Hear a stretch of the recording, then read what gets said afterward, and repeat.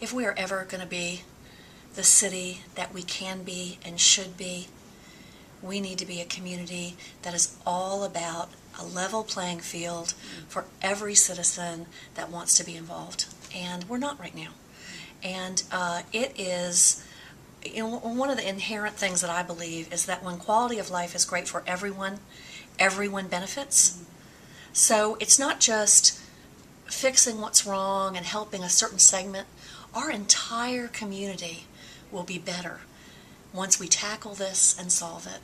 And we'll be a model for other communities. That's what I want Jacksonville to be.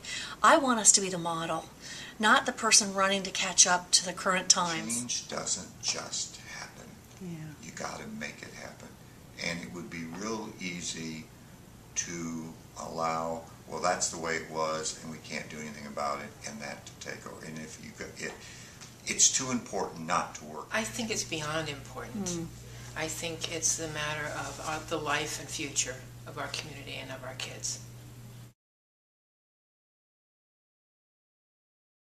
I always thought that I was pretty versed on racial issues and sensitive to the notion of making certain that we ensure racial equality and equity and all of those type things. But I think from the perspective of the exposure we receive in that particular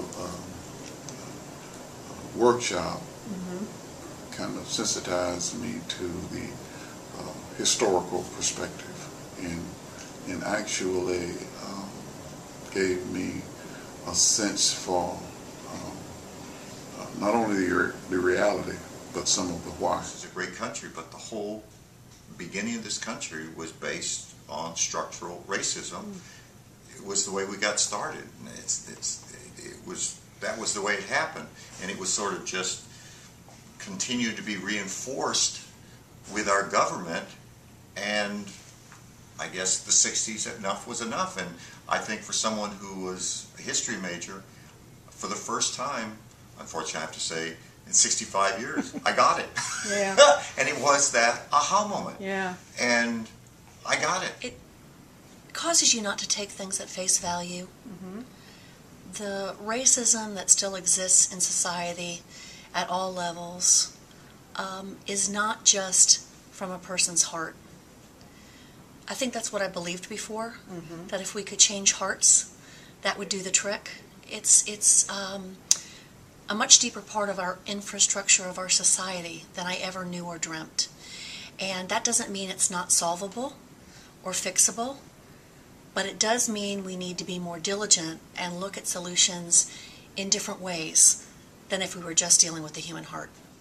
We're going to have to unwind the clock. We're going to have to unwind it. And things don't get unwound by themselves. And it's got to be done positively. It's got to be done constructively. It's got to be done with balance. And it's got to be done with a sensitivity and an understanding that you have two people who are coming at this issue from two different historical perspectives. One who would be viewed as causing it, and one who would be viewed as the recipient. And that is a major breach. And unless both sides are working at it, it will be real easy to get back into the name game, the blame game. It wasn't on my watch, it wasn't my fault. And then we don't make progress. Really an important piece of Project Breakthrough and what it is trying to achieve is that everybody, the movers and shakers, the people who have the power and authority and the wherewithal, that they can begin to look at some of the issues that we face as a community around structural racism and exactly what that means, all of those pieces of the puzzle that set up a system that creates disparities among the races.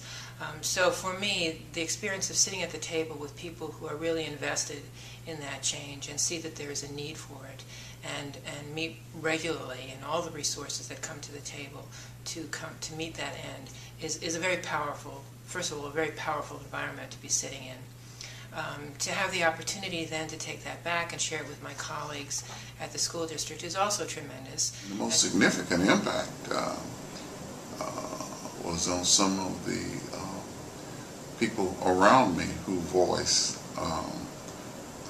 how significant it was to them emotionally.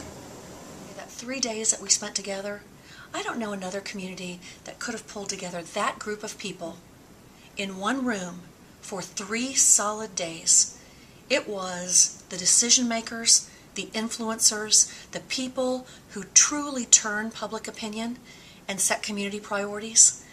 And just the fact that they spent 3 days together, we spent 3 days together, makes me hopeful.